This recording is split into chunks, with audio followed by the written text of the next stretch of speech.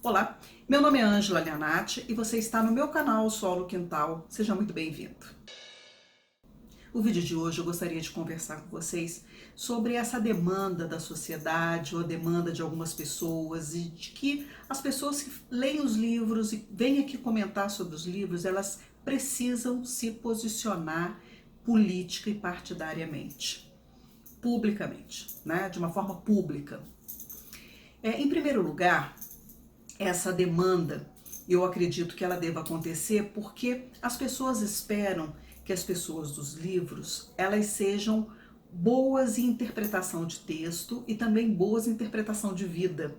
E que elas tenham um repertório para julgar o que é necessário, o que é necessidade, o que é igualdade e o que é equidade. Mas nem sempre é assim. Então veja bem que nós estamos aqui numa fogueira, uma fogueira enorme, e vamos conversar sobre isso. Em primeiro lugar, se posicionar. O que você espera que a pessoa, quando ela se posiciona, o que você espera que ela faça? Que ela pense igual a você? Quando a pessoa se posiciona politicamente, ela necessita se posicionar partidariamente também. Por que eu estou dizendo isso? Porque nós não temos aqui no Brasil uma historicidade de fidelidade partidária. Nós sabemos que os partidos políticos, eles são muito frágeis em suas bases, suas estruturas, e que os políticos entre si, né, entre eles ali, eles mudam de partido como a gente muda de roupa, né, às vezes 2, 3 vezes por dia, dependendo da necessidade do trabalho de cada um, né? Então, assim, hoje o político participa de um partido, depois ele está em outro partido, ele está em outro partido, então assim, há uma falta de legitimidade, de fidelidade partidária. Então isso para mim é uma coisa, você se posicionar partidariamente é uma coisa. A outra é você se posicionar politicamente. E o que é se posicionar politicamente? É cobrar aquilo que é bom para a polis, né, para a cidade, para gerenciar o lugar onde se vive. E diante da diversidade, aquilo que é bom para mim nem sempre é bom para o restante. E a gente precisa ter em mente os conceitos, mas muito claros, do que é necessidade, do que é equidade e o que é igualdade. Então, para falar sobre esses três, eu vou dar mais ou menos um exemplo para você entender, se você não sabe o que significa, ou não sabe qual é a diferença entre esses três, só para você entender. Imagina que uma pessoa é um porteiro de um prédio. Aliás, vamos linkar três personagens. São três porteiros de prédio. Os três porteiros de prédio trabalham a mesma quantidade de horas por dia. Portanto, eles têm o mesmo salário, porque eles exercem a mesma função, né? Isso é igualdade. A mesma função, a mesma jornada de trabalho, portanto, o mesmo salário. Pronto. Aqui está definido o que é a igualdade. E a necessidade. O primeiro porteiro, ele é solteiro. O dinheiro para ele, gasta com as coisas dele, não mais do que ele. O segundo porteiro, ele tem uma esposa e 2 filhos. Então ele já tem mais 3 pessoas além dele para sustentar. O terceiro porteiro, ele é viúvo e pai de 10 filhos. Uma coisa bem catastrófica. A necessidade do primeiro é diferente da necessidade do segundo, que é diferente da necessidade do terceiro. E o que seria a equidade? Você supri-lo daquilo que cada um, daquilo que cada um precisa para ter um mínimo de dignidade para você viver. Então é muito confortável para a gente pensar em necessidade, equidade, igualdade, sentado no conforto do nosso lar. Mas vamos lá, naquele lugar onde a gente não vive, que a gente não conhece, e vamos entender quais são as necessidades das pessoas. As necessidades de acolhimento, de segurança, as necessidades básicas que o Estado deve prover. E aí, se posicionar politicamente é querer, primeiro, que as coisas sejam feitas como elas devem ser feitas.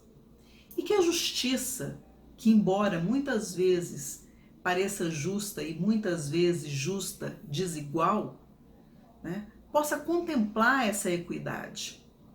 mas também queremos que ninguém se aproprie de bens alheios, né? É a corrupção. E a corrupção, ela precisa começar a ser combatida dentro da nossa casa, né? Quando a gente, por exemplo, pensa no político e a gente não pensa só nos interesses e a gente para de culpar as coisas que a gente não conhece por tudo que está acontecendo. A culpa é disso, a culpa é do PT. O PT teve muita culpa. Mas é só dele a culpa? Não existia corrupção antes?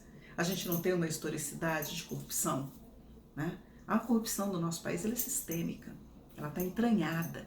É preciso que comece dentro da nossa casa, né? Quando a gente faz gato na internet, quando a gente pede emprestado, isso aqui não devolve, quando a gente burla o sistema de saúde, quando a gente tira xerox no trabalho para a faculdade e usa a copiadora porque ali do trabalho ninguém está vendo. Então, são pequenos deslizes que todo mundo comete, não sejamos hipócritas. Então, um governo corrupto, ele é eleito por um povo corrupto. E aí a gente quer que as pessoas dos livros, elas se posicionem. Isso é uma coisa tão, gente, tão perigosa de acontecer em um país onde as pessoas não gostam de conversar sobre política, a não ser em época eleitoral. As pessoas não se interessam. Então, antes de querer que alguma pessoa do livro se posicione, é preciso que você se posicione. Quem é você nesse cenário político? Você frequenta a Câmara de Vereadores da sua cidade, você sabe quando são feitas as sessões, quais são os dias da semana, você cobra a presença do seu candidato, você sabe exatamente em quem você votou, você sabe quais são as prerrogativas de um vereador, de um deputado estadual, de um deputado federal, de um senador e do presidente da República? Se você não sabe isso, você não pode nem começar um debate. Então é preciso que as pessoas se informem, e isso pode acontecer a qualquer momento. A gente pode começar a se informar agora, não tem problema nenhum. A gente só não pode querer que as pessoas se posicionem para saber se elas pensam igual a gente. E nem sempre aquilo que a gente pensa, né? A gente que não estuda, a gente que não lê, a gente que não debate, gente que só sabe, se formou em ciências sociais pelas redes sociais. Então, quando pensa diferente, aí é um Deus nos acuda, né?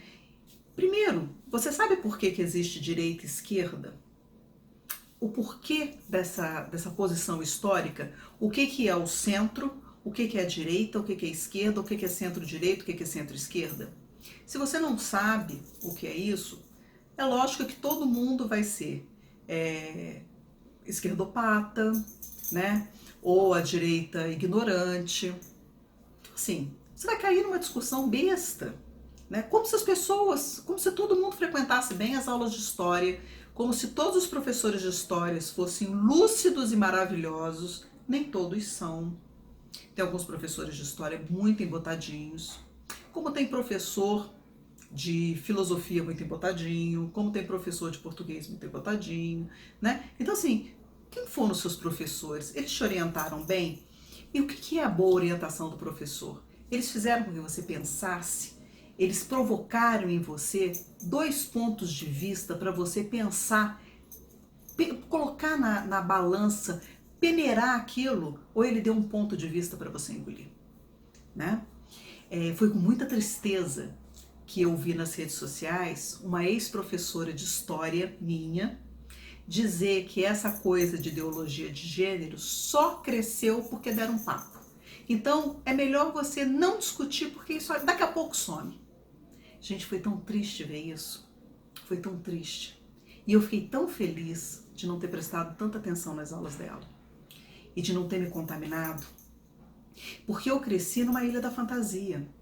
Eu cresci num lugar que era protegido. Eu dormia com as portas abertas, janelas abertas, todos os pais eram empregados, todas as famílias eram constituídas por pai, mãe e filhos que estavam na escola, não faltava comida para ninguém. Eu cresci na Ilha da Fantasia. O meu pai trabalhou na Central Nuclear Almirante Álvaro Alberto durante muitos anos e eu cresci na Vila Residencial da Usina, onde todos os meus colegas tiveram a mesma orientação e ali era um reduto da ditadura militar. Todo mundo era muito bem cercado. E, para minha sorte, eu não fui contaminada com aquela clausura e conseguir pensar fora da caixinha. Ver que do lado de fora existiam pessoas passando necessidade, passando fome, com necessidades diferentes das minhas, né? E que não tinham os acessos que eu tinha. O que me faz hoje querer que todos tenham a mesma oportunidade, que todos tenham acesso. E um país preconceituoso como o nosso, um país onde falta oportunidade e onde ainda existe regime escravo. Eu não estou falando dos grandes centros só, eu estou falando da periferia, vai visitar o sertão nordestino, vai visitar o norte do país, vai visitar as populações ribeirinhas do Amazonas, vai visitar esses lugares para a gente saber o que está faltando nesse país e o quanto a gente pensa errado. Ninguém sabe o que é passar fome antes de não ter nada para comer. Você pode supor, mas ninguém sabe da dor antes de senti-la. Então é muito confortável o distanciamento, o julgo do distanciamento. Então nesse momento, quem é você nesse cenário e o que você espera que as pessoas dos livros, elas digam para você? O porquê que você quer que elas se posicionem? Porque você quer uma coerência, você quer que as pessoas sejam coerentes? O que é coerência para você? Então, vamos pensar primeiro no nosso posicionamento, o que nos levou a se a gente consegue, se a gente sabe se posicionar politicamente, ou se nossa posição política ela é somente à luz de um partido, né?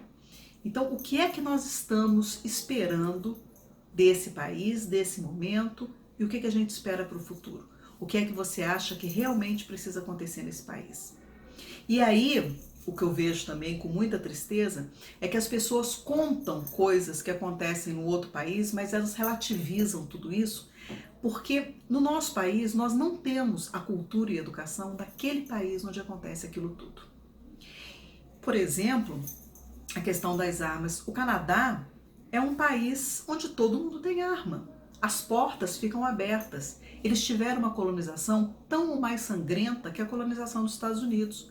Entretanto, você já viu o canadense brigar, bater boca, aparecer nos jornais como um país buscando conflito ou imerso em conflito? Não, o canadense é friendly. O canadense é fofo. O canadense conversa. Se você já teve a experiência de ir ao Canadá, você sabe muito bem do que eu estou falando. Eles são extremamente corteses, eles não são como a gente. Então a experiência do canadense não pode ser trazida e implantada aqui com todo aquele sucesso, porque não resolve. Nós estamos querendo implantar um modelo de controle da dengue que foi colocado efetivamente em Singapura em 2004, e Singapura conseguiu erradicar a doença que atingiu 75% da população e dizimar a dengue de lá, usando um sistema que eles tentam implantar, mas eles se esquecem que existe uma coisa fundamental em Singapura que aqui não existe: solidariedade.